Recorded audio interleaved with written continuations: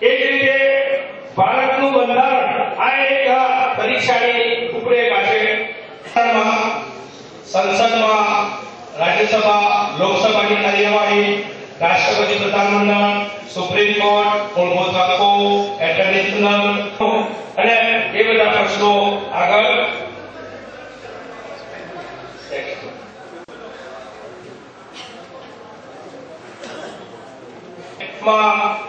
સૂર્યમંડળ, તારાઓ, ગ્રહો, ઉપગ્રહો, શરીરના વિવિધ પ્રકારના રોગો અને તેના કારણો, લક્ષણો, ઉપચાર અને એ ટાઈપના વિજ્ઞાનના પ્રશ્નો પણ અને વિજ્ઞાન પાકું છે એના મિત્રો બધા પ્રશ્નો આવડે પછી પાલન કરી શકશે. આમાં એ દર વર્ષે 700 થી 800 અધિકારીઓ આ આઈએએસની પરીક્ષા આપજો, એનું ફોર્મ ભરજો અને એ તમે ગોળ ઉત્તર આપશો. જે મિત્રોએ મને ખ્યાલ છે કે આઈએએસ ની જે પરીક્ષા આપે છે કદાચ એમાંથી નસીબ પાસે કદાચ પાસ નહીં થયા તો એ જીપીએસસી 100% પાસ થાય. વર્ગ 3 માં સેક્શન ઓફિસરમાં 100% પાસ થાય છે. એટલે ગોળ જે વિદ્યાર્થીઓ ગ્રેજ્યુએટ છે એ વિદ્યાર્થીઓ ખાસ કરીને આ પરીક્ષાઓ આપે. નેક્સ્ટ હવે થોડું આગળ જવા દઈએ છે કે નેક્સ્ટ આગળ કરંટમાં કે મંત્રીમંડળ, કેન્દ્રનું મંત્રીમંડળ, બરાબર, એ જે બધી માહિતી છે એમાં એક ગુજરાત પાક્ષિક ખૂબ ઉપયોગી છે. એ ગુજરાત પાક્ષિક પણ તમે વસાઈ લેજો અને અહીંયા અમે એ પણ વ્યવસ્થા કરી છે કે આ જે સેક્ટરો છે ત્યાં દરેક જગ્યાએ ગુજરાત પાક્ષિક આપણે 21મી સૂચનાથી નોંધાઈ દેવાના છે. પ્રતિયોગિતા દર્પણ છે, એવા 4-5 મેગેઝીનો મેં જે નામ દીધા છે એ અહીંયા આપણે નોંધાઈ દઈશું. નેક્સ્ટ પદ્ધતિ આવશે એમાં થોડી માઇનસ પદ્ધતિની સિસ્ટમ હોય છે કે તમે ખોટું લખો, છોડી દો કે ખાલી રાખો કે ચેક કરો તો એના માઇનસ સિસ્ટમ વધારે હોય છે. એટલે તમે એ તમારે કોઈ પણ વસ્તુ છોડી નહીં દેવાની. પહેલા પ્રશ્નો તમે જે આવડે એ કરવાના અને પછી ગણિત અને જે બૌદ્ધિક કસોટી એટલે એ જે આઈએએસ ની પરીક્ષા પદ્ધતિ છે એમાં પણ નેક્સ્ટ જો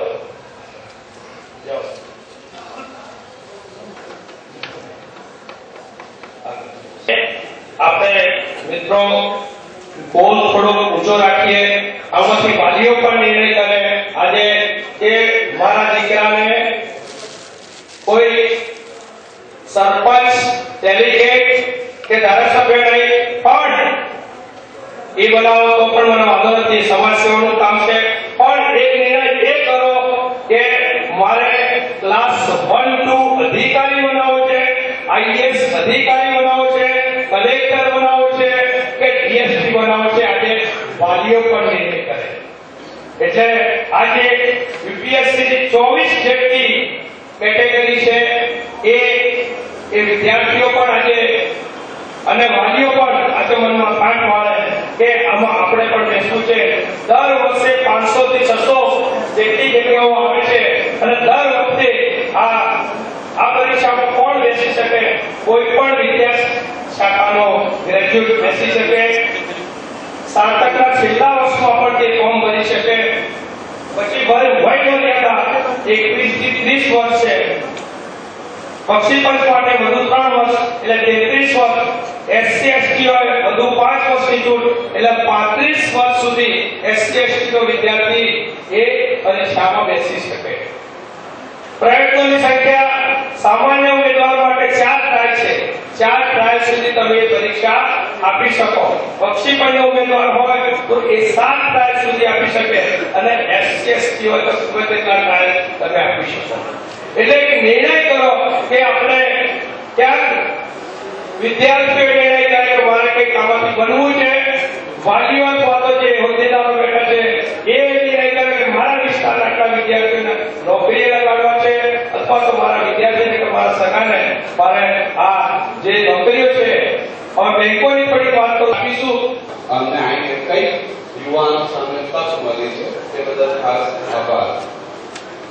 બીજો એક ખાસ આભાર પાટણની જનતાને કે ભાઈ આજનો એવો દિવસ નક્કી કર્યો છે કે જેણે વિશ્વમાં ક્રાંતિ સર્જી છે અને એ જ કુટુંબના ગણી શકાય અથવા તો તેમની સાથેના જોડાયેલા લોકોએ જે સ્વપ્ન જોયું છે તે સ્વપ્નને સાકાર કરવાની પણ તમન્ના આ ગુજરાતના એક પાટણ જિલ્લામાંથી થઈ શકશે એવું આપણે માનીને આગળ ચાલીએ છીએ.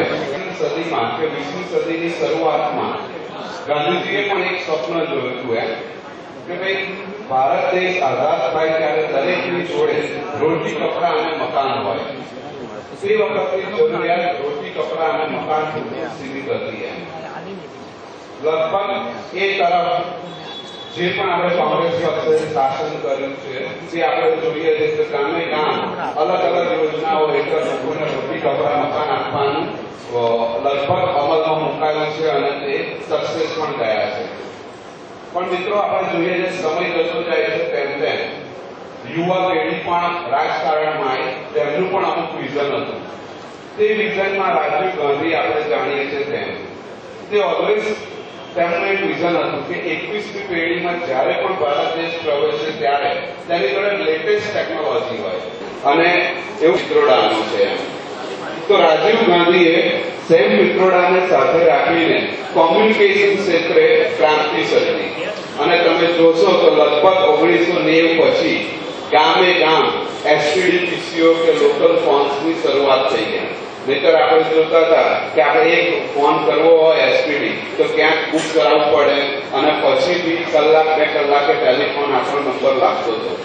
પણ એ ક્રાંતિની શરૂઆત 20મી સદીના અંતથી થઈ અને 21મી સદીમાં આપણે જોઈએ છે ઇન્ટરનેટ સ્વરૂપે અથવા તો કોમ્યુનિકેશન તરીકે વિશાળ પાયા પર તેને તેનું ફલક બનાવી દીધેલું. સેમ મિત્રોડા સાહેબ અને ગુજરાતના દેવાનભાઈ મહેતા હતા તેમનું સ્વપ્ન હતું કે ગામે ગામ રોટી કપડા મકાનની તો જરૂરિયાત છે પણ સાથે સાથે બ્રોડબેન્ડની જરૂર છે એટલે કે ઇન્ટરનેટની જરૂર છે.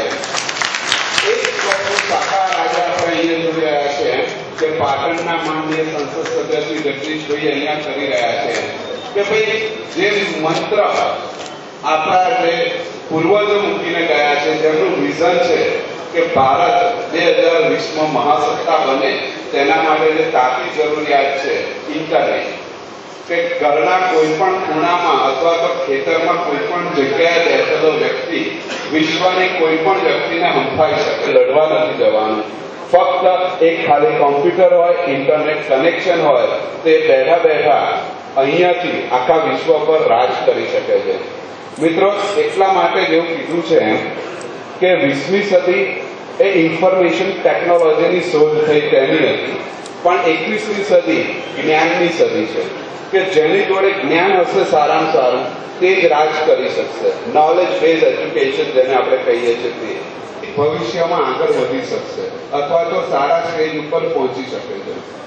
મિત્રો આજે તમે જે ટેકનોલોજીનો ઉપયોગ કરો છો મોબાઈલ એ કદાચ તમારા ફાધર મધરે કદાચ જોયો પણ નહીં હોય અને આપણે અત્યારના ઇઝીલી મોબાઈલ ઉપર એકબીજાને એસટીડી ફોન અથવા તો SMS કરી શકીએ છીએ. સેમ વસ્તુ આપણે જ્યારે ઇન્ટરનેટની વાત કરવા જઈ રહ્યા છે તે વખતે પણ અમે બધા મિત્રો તેવું વિઝન જોયું છે. જગદીશભાઈ સાથે અમે ચર્ચા કરતા હતા એ રીતના કે નજીકના 5-10 વર્ષમાં કદાચ કોમ્પ્યુટર ખસીને મોબાઈલની અંદર જ એજ્યુકેશન ભણવાની પણ વસ્તુ આવશે.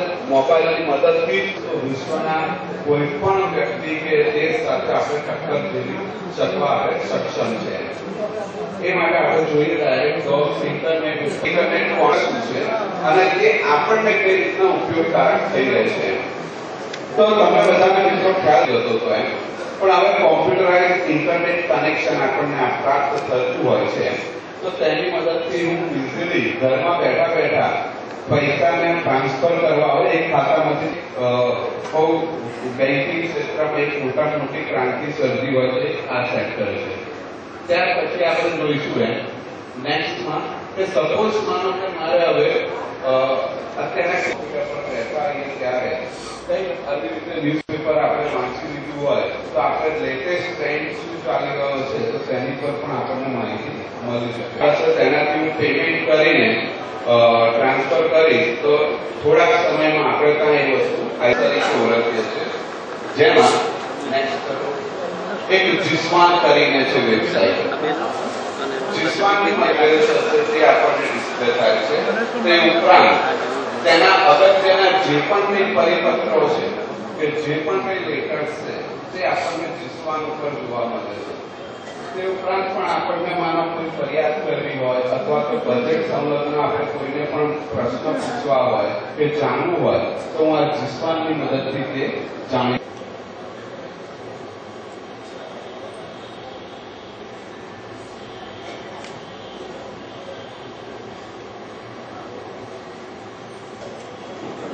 મારે કોઈ પણ માહિતી સર્ચ કરવી હોય તો સૌથી પહેલા અગત્યની વસ્તુ છે કે મારે તેના માટે કોઈ એક એપ્લિકેશન હોવી જરૂરી છે, જેને અહીંયા આપણે વેબ બ્રાઉઝર તરીકે ઓળખીએ છીએ.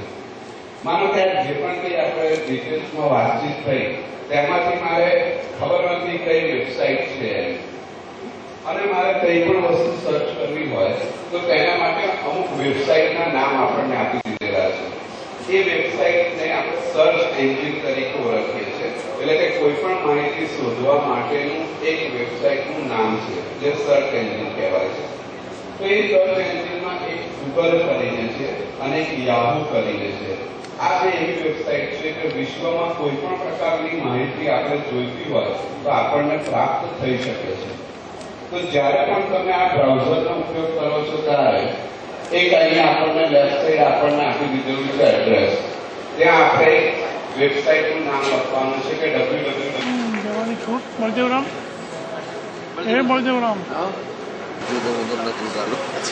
થોડી 10 મિનિટમાં માનનીય ડોક્ટર જ્ઞાનેશભાઈ જાની સાહેબ કમ્પ્યુટરને કારકિર્દી વિશે થોડી ચર્ચા કરશે.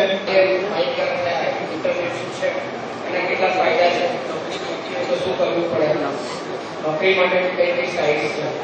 જનરલી મોટે ભાગે એવો અનુભવ છે કે અમારી પાસે મોટા ભાગના વ્યક્તિ એવું આવે છે કે મારી પાસે મારે કમ્પ્યુટર શીખવું છે. શું શીખવું છે ખબર નથી, કમ્પ્યુટર શીખવું છે, મને બધું આવડે એવું કરી આપો. હવે એ શક્ય નથી. એટલા માટે કે કમ્પ્યુટરમાં વિવિધ ડિસિપ્લિન, વિવિધ ક્ષેત્રો છે. કેમ કે મારે કોઈને પૂછવું હોય કે કમ્પ્યુટરમાં તમને શેમાં રસ છે, ઘણી વ્યક્તિ એવી હોય કે મને ગુજરાતી ટાઈપ કરતા સારું ફાવે છે, અથવા તો ઘણા એવું કહેશે કે ના મને ટેબલ પર બેસીને 2-4 કલાક એન્ટ્રી કરવી હોય તો મને ફાવે છે. ઘણાની લાયકાત અને એની લાઇકિંગ્સ અનુકૂળતા એવી હોય કે ના મને ચિત્રો દોરવાનું ગમે છે, તો એમને ડિઝાઇનિંગના એવા બધા ઓપ્શન આપણે પ્રોવાઈડ કરી શકીએ. આજે લિસ્ટ જોઈ શકો છો તો કમ્પ્યુટરમાં આટલા ડિસિપ્લિન્સ છે કે જેમાં તમે ઇન્ડિવિડ્યુઅલ કેરિયર ઇન્ડિપેન્ડન્ટ આટલા ડિસિપ્લિનમાં first data entry, graphics designing, animation, web designing, accounting, network, programming, hardware, computer કેવી રીતના બનાવાય છે, એમાં કોઈ પ્રોબ્લેમ થાય તો શું કરવાનું હોય છે, એમાં કોઈ કમ્પ્યુટરને વાયરસ આવે કે બીજી કોઈ તકલીફ હોય તો શું કરવાનું હોય છે. તમે ઘણા લોકોએ સાંભળ્યું હશે કે હેકિંગ થાય છે, તમારી સાઇટ કોઈ તમારે ડેટા કોઈ ચોરી જાય છે, કોઈનું ક્રેડિટ કાર્ડ ચોરાઈ જાય છે, એમાંથી કોઈની ક્લેમની ટિકિટ બુક થઈ જાય છે, તમારા એકાઉન્ટમાંથી એના પૈસા જતા રહે છે. આ જે બધી વસ્તુઓ છે આપણે સાયબર ક્રાઇમ કહીએ છીએ. એ કેવી રીતના થાય એ આપણને ખબર જ હોય તો કેવી રીતના ના થાય એના આપણે પ્રિવેન્શન અથવા તો એના માટેના આપણે પગલાં લઈ શકીએ છીએ. તો એ સાયબર ક્રાઇમ સાઇટ છે. સાઇટ પર તમે મારી પેરેલલ જોતા રહેશો તો વાંચવામાં કંઈક સરળતા રહેશે.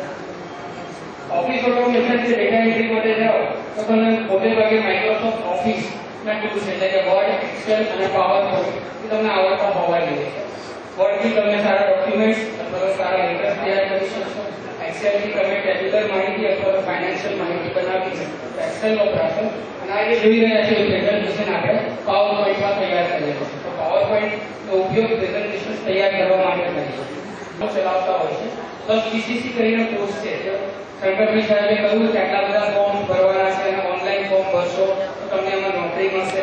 પણ એક વસ્તુ એમાં મહત્વની એ છે કે જો સીસીસી પાસ નહીં કરેલું હોય તો તમને જ્યાં સુધી પાસ નહીં થાવ ત્યાં સુધી તમને નોકરીમાં એપોઇન્ટમેન્ટ ઓર્ડર નહીં મળે અથવા તો તમારી પાસે લખાઈ લેવામાં આવશે 6 મહિનામાં પરીક્ષા ક્લિયર કરીશ. તો સીસીસી બાબા સાહેબ આંબેડકર યુનિવર્સિટીનો કોર્સ છે જે તમારે તમારી પાટણની આસપાસ કે તમારા ગામની કે તાલુકાની આસપાસ કોઈ સ્કૂલ કે કોલેજમાં ઓફર થતો હશે. જે મિત્રો ગવર્મેન્ટ નોકરી માટે પ્રયત્ન કરવા માંગતા હોય અને એમને અપેક્ષા હોય તો હું જોડાઈ શકીશ તો વહેલા વહેલી તકે સીસીસી પાસ કરી લેવું જરૂરી છે, કરતા ફરજિયાત છે. એટલા માટે કે પાસ નહીં કરો તો તમને એપોઇન્ટમેન્ટ ઓર્ડર ગવર્મેન્ટ નહીં આપે અથવા આવશે કે આનું પાસ